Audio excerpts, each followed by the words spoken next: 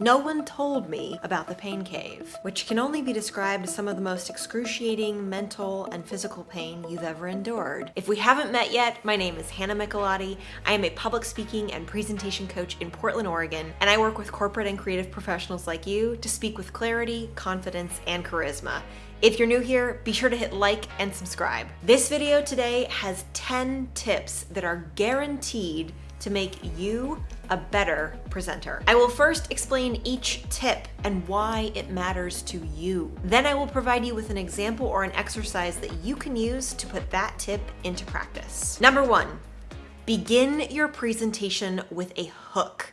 I started off today's video with a hook. No one told me before my first marathon about the pain cave. Your audience has no reason to tune into you and give you their precious mental focus and energy unless you give them a reason to. By using what's called a hook or an attention grabber at the very beginning of your presentation, and I really do mean that, the very first words out of your mouth, you grab precious currency from your audience. You grab their attention. The likelihood that your audience will continue to listen to your message and care about your message is exponentially higher when you have their attention first. Enthralling hooks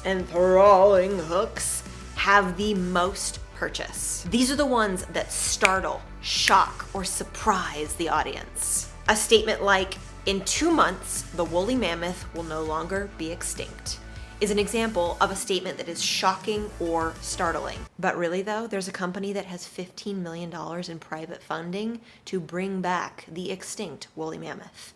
Link is in the description box below. Number 2, use your unique talents and gifts when you give a presentation. In order to be an authentic, genuine, interesting speaker, you have to know your personal talents and how to put them on display. This builds your confidence as a speaker, and it also makes you sound like you are honest when you're speaking. You are unique. No one else is like you. No one can present information the way you can because no one else is you. You are the superpower behind an excellent presentation. Whether that's your regional accent, your freckles, your lisp, or even your stutter. That's all part of the actual you. Stick to the real you. Be authentic and your audience will believe in you. One of the very best ways to be authentic is to share actual personal information in your presentation. You could quote a movie from one of your all-time top 10 favorite films. You could share your current favorite work soundtrack or podcasts you've been listening to. You could go so far as to talk about which Super Bowl team you're rooting for, or perhaps none at all.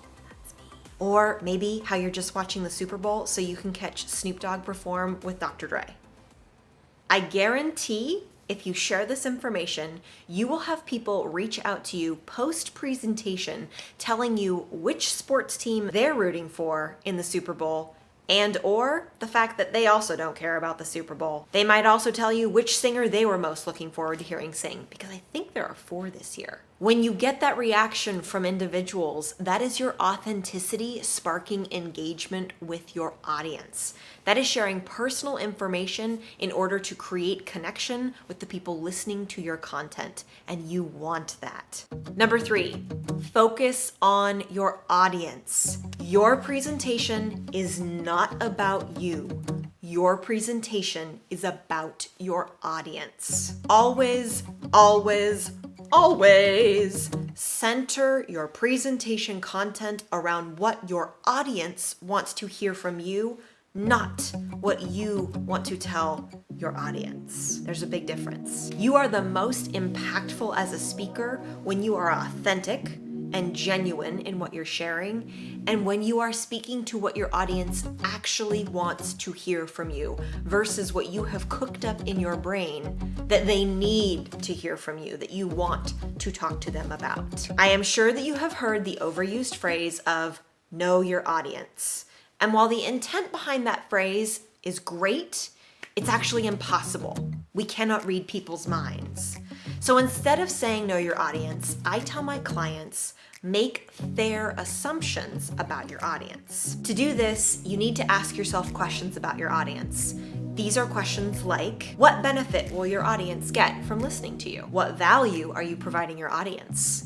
And most important of all, what do you want your audience to think, feel, or do as a result of your message? This question is the most important question to ask and answer before a presentation because it provides mooring for your content. It provides direction about what you share. As a presenter, you are always in the business of getting your audience to take action. Otherwise, what's the point of giving a presentation if you're not looking for your audience to think, feel, or do something as a result of what you shared with them? A final note on how to focus on your audience is this. If you don't know what your audience wants to hear from you, ask them. Send an email, call a colleague, or even create a poll where people can vote about what they'd like to hear from you. Number 4, tell a story. Please tell a story. Yes, I really do mean for you to tell a personal anecdote or a once upon a time type of tale. In fact, in one of my corporate presentations, I told the story of how my little brother, when he was 2 or 3 years old, decided that he was Superman because he stood up in the bath after bath time, tied his towel around his neck and said, "Look, I'm Superman," and promptly flew out of the bathtub, flipped over the edge of the tub, and broke his arm in two. I told this story as the beginning of my presentation in front of the entire executive team at KeyBank in Cleveland, Ohio. I also closed out the presentation with this story. Not only was the story very well received, but people remembered it for months. They said, "Oh, that's right. You're the girl that told the story about Superman." Stories are the fastest, easiest way to be an authentic speaker, to be someone who's impactful when you speak, and to engage with your audience. So long as the stories are told well. Stories provide your audience with the opportunity to see themselves in the experiences that you're detailing. Audiences don't know it, but they love hearing a well-told story, especially in a presentation, because so few people do it.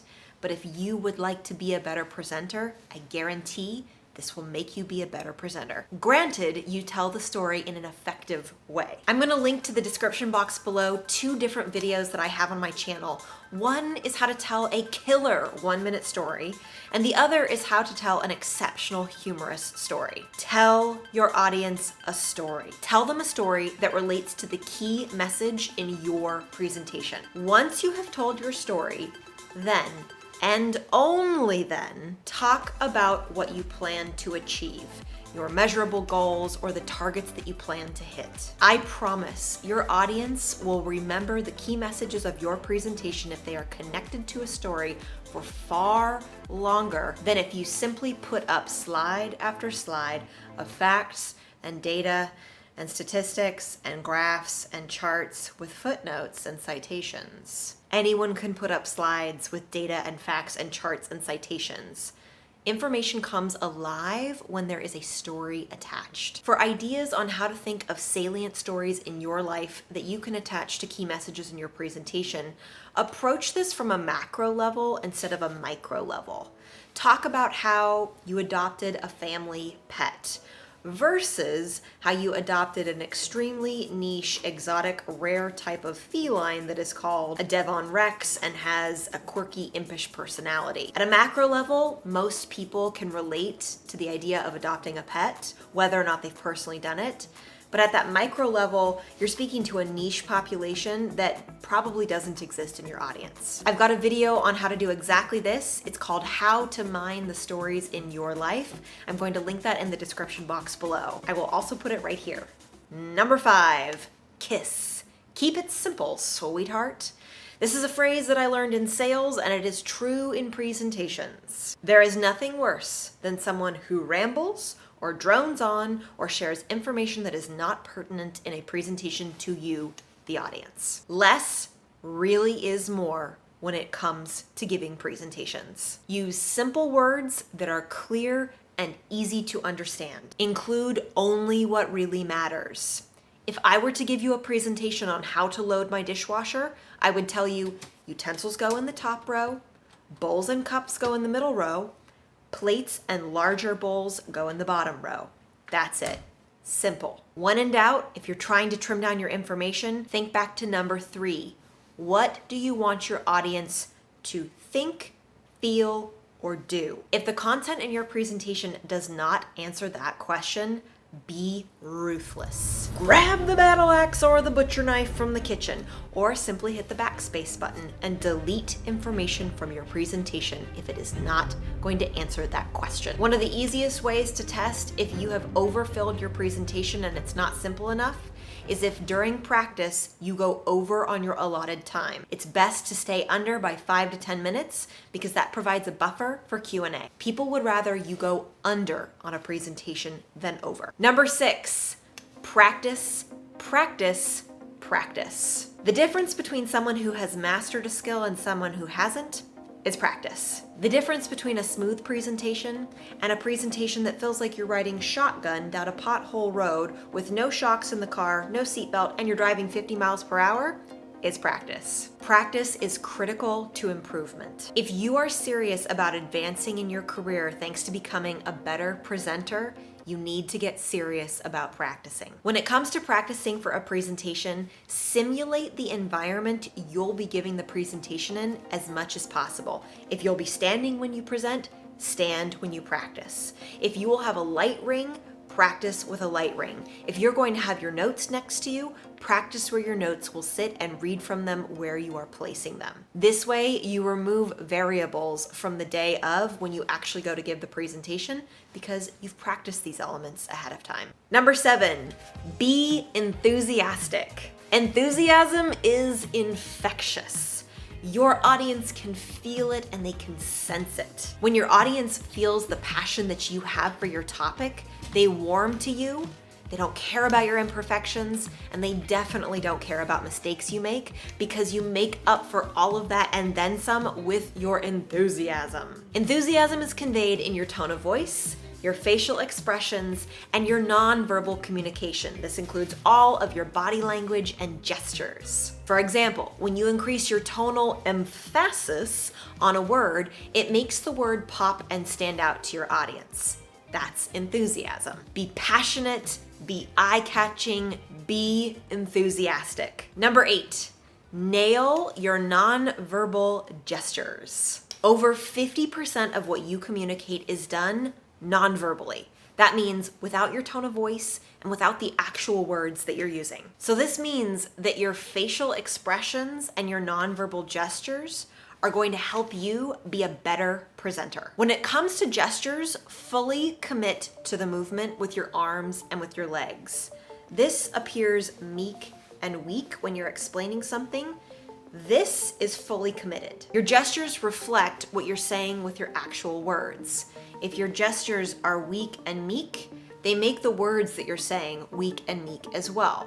The same is true for the opposite. If you use big, bold gestures that go all the way, you sound strong and confident. When it comes to your facial expressions, turn up the dial 10 to 20%. There are many parallels between acting and public speaking, and this is one of them. You are putting on a performance when you are speaking in public and presenting to others. Make sure your face lights up with all of those emotions so your audience can sense them. When it comes to movement while being physically in front of an audience, master the art of standing still. Everyone, even the most practiced and seasoned of presenters and speakers, feel that hit of adrenaline when they're about to go on stage in front of a live audience. This means that your body's fight or flight response is triggered, so your sympathetic and your parasympathetic nervous systems are working overtime to try and make sure that they can get your body to a state of equilibrium. Meanwhile, on the outside, all that you want to do with that adrenaline is move. You might be a swayer, you might be a bobber, you might be a weaver. Those are the people that kind of like tap a foot forward or two and then they come on back. Worst of all, you might be a pacer. These are people that indiscriminately walk back and forth across the stage without ever staying on the left-hand side, in the middle, or on the right-hand side. They're just pacing because of all that nervous built-up energy in their body. Imagine that your feet are stuck to the floor with super glue. You still have an immense amount of mobility in your upper torso to communicate your message to your audience. Number 9, dress to impress. Before you even open your mouth in a presentation, your audience has made a snap judgment about you based on what they can see. This is what's called your initial credibility. You want your initial credibility, your first impression of what the audience sees, to be overwhelmingly positive. You want to, as the Brits say, dress smart. You don't want to make the mistake of getting up in front of an audience, whether it's in person or virtually, looking casual, because casual often looks like bedraggled. You want people to think and say, wow, they look put together, instead of, yikes, they could have at least put in a little effort. When in doubt, go overdressed instead of underdressed. You are taken more seriously when you are dressed to impress. Number 10. 10, 10, 10, 10, 10, 2 5s, 10. Use powerful images and pictures as your slides, not text. It is no coincidence that this is the last tip of all the tips that are guaranteed to make you a better presenter. Your slides are the last component of your presentation to create. Slides, props, visual aids of any sort are solely to help your audience better understand, retain, and remember your presentation content. Your slides are not your speaker notes. I repeat, your slides are not your speaker notes. Here are 2 slides with the exact same content. Which slide is more powerful? The one with the image or the one with the text? When you put these 10 tips into action that are guaranteed to make you a better presenter, you become a better presenter.